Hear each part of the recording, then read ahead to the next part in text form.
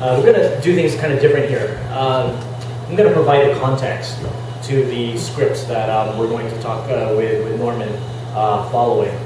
Specifically based on our work, it's from the point of view in the diaspora.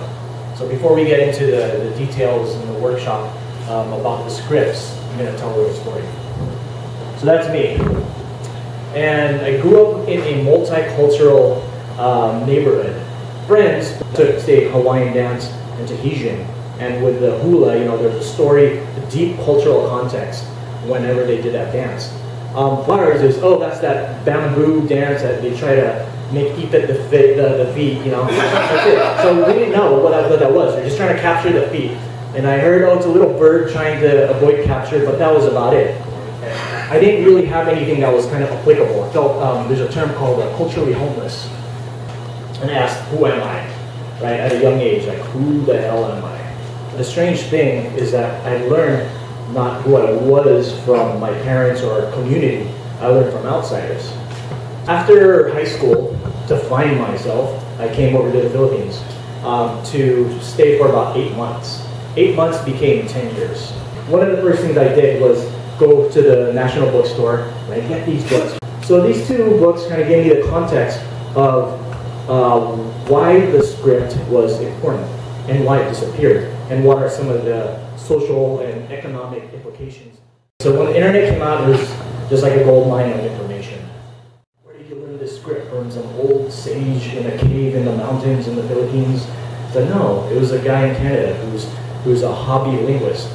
So then I started a website, Baybayin.com, which is more focused on the artwork and advocacy about the script. And then why Phil-Ams? A lot of the advocates are from America. Ultimately, I think it's a search for who we are. You know, just like my story, it was saying, who am I, right? So with the scripts, I learned that identity is very important. Identity is trust, and without identity, there is no trust. And the final one is being an advocate, actually going out there, putting yourself out into the wild, wild west. So I interviewed lots of students and said, hey, do they teach the script? They said, they do. So on Monday, they'll say, here's a chart, memorize it, test on Friday. How will it, you know, help others? Right? Thank you. All right, so I'm going to hand it over to Norman Santos. All right, give him a hand, please. I'm going to bore you with some technical stuff. But first off, a lot of the stories are parallel to history from the U.S. and looking for my identity, and then remembering that my father actually taught me Sulat when I was a kid. But when I came back, he told me like, oh yeah, I taught you that, but he told me that it was just chicken scratch writing. So I said that? And that's kind of disrespectful. I said, yes, you said that. But you were young, I forgive you. So anyway, part of this workshop, I want to teach you some basics of Baybayin and Sulat Mangyan. Actually, Mike Pangilinan did something. If he attended his presentation about Kulitan script, I made fonts for Kulitan script, but I'm not very familiar with the Kapampangan language. And Kulitan script is basically made for the Kapampangan language. And they kind of adjusted the script to fit their spoken language. Now, Baybayin is very simple. It matches the old Tagalog, the Song and Visayan languages. I'm going to go and try to teach you that, some of it. So I gave you all charts, which you should memorize, and we'll have a test tomorrow. But anyway, before I do that, let me show you a video so that you'll know the status of the Mangyan script. Thanks to the effort of the Heritage Center and Antun Posmadik and plus the elders of the Mangyan, they kind of standardized the script. All the books detail everything that is needed for the script, and it matches the Mangyan language. This was taken on the last script to document the programs, and I'll show you this.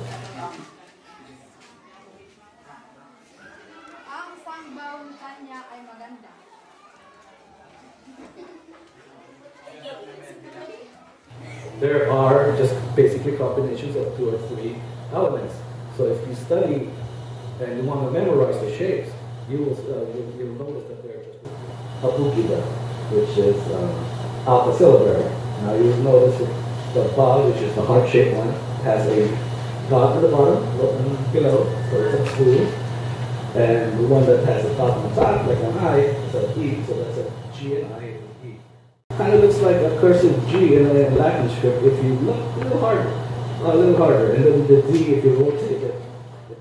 It's a little trick that I did for the kids is abugida. There's a lot of different methodologies that you could use to memorize all those characters, and we only have a few characters, so it's not that difficult really. Now it's different with Mangyan script. Mangyan script, which is angular, they're very strict about word positions of the kutlits, the little dots, which is actually little lines in Mangyan script. Some of them are ligatures to the main character. It will take you a little bit of memorization to memorize all combinations, but there's a little trick to it too. The lines on top is an I, and the lines below is an O, except for some of them would connect. In script, this is a pa. So, if this would be a pu, you'd think it's going to be in the bottom, but going to be right here, ligature, that's a pu. If you want it to be a P, it's ligature on the top. Mangyan script is divided between this area right here, that's their midpoint. So anything in this area is going to be a U, and anything in this area is going to be an I. So those are the little tricks that I've learned how to teach little kids, to teach a Philippine script. Yes? Yes. Logically it follows when we do a comparative research on the characters' shapes and what the phonetic values of them, they're all the same and they have the same elements. Abugida is actually coined just a few decades ago, I think, by another linguist. I prefer the term alpha syllabary myself, but Abugida sounds, it sounds native, They just didn't include it. But the old documents that they have in UST, they really didn't have any trailing consonants. Kristian? Yeah, I think it was one of the theories that is just more economic, because if you're writing these great epics, the theory is we have epics oral epics that last for days, right? And if you're going to transcribe them using the abugida is much more economical. Right now, people to get a tattoo, they want strength, right? Lakas, right? But they would be written as laka. And then outside they say, where's the S? It does pose a lot of errors because some words would mean something else without that context, without knowing the full context of the whole sentence. Then that word would be illegible. Yeah. So one example I like to give is the word basa. It could mean to read, right? Or it could also be basag, meaning to be broken, or basa, meaning wet. So depending on whatever the context is and who's speaking, what the situation is, you wouldn't know. So, thank you. Thank you. Thank you, Kristian and Norman, for a wonderful workshop on Philippine script. Now let's go back.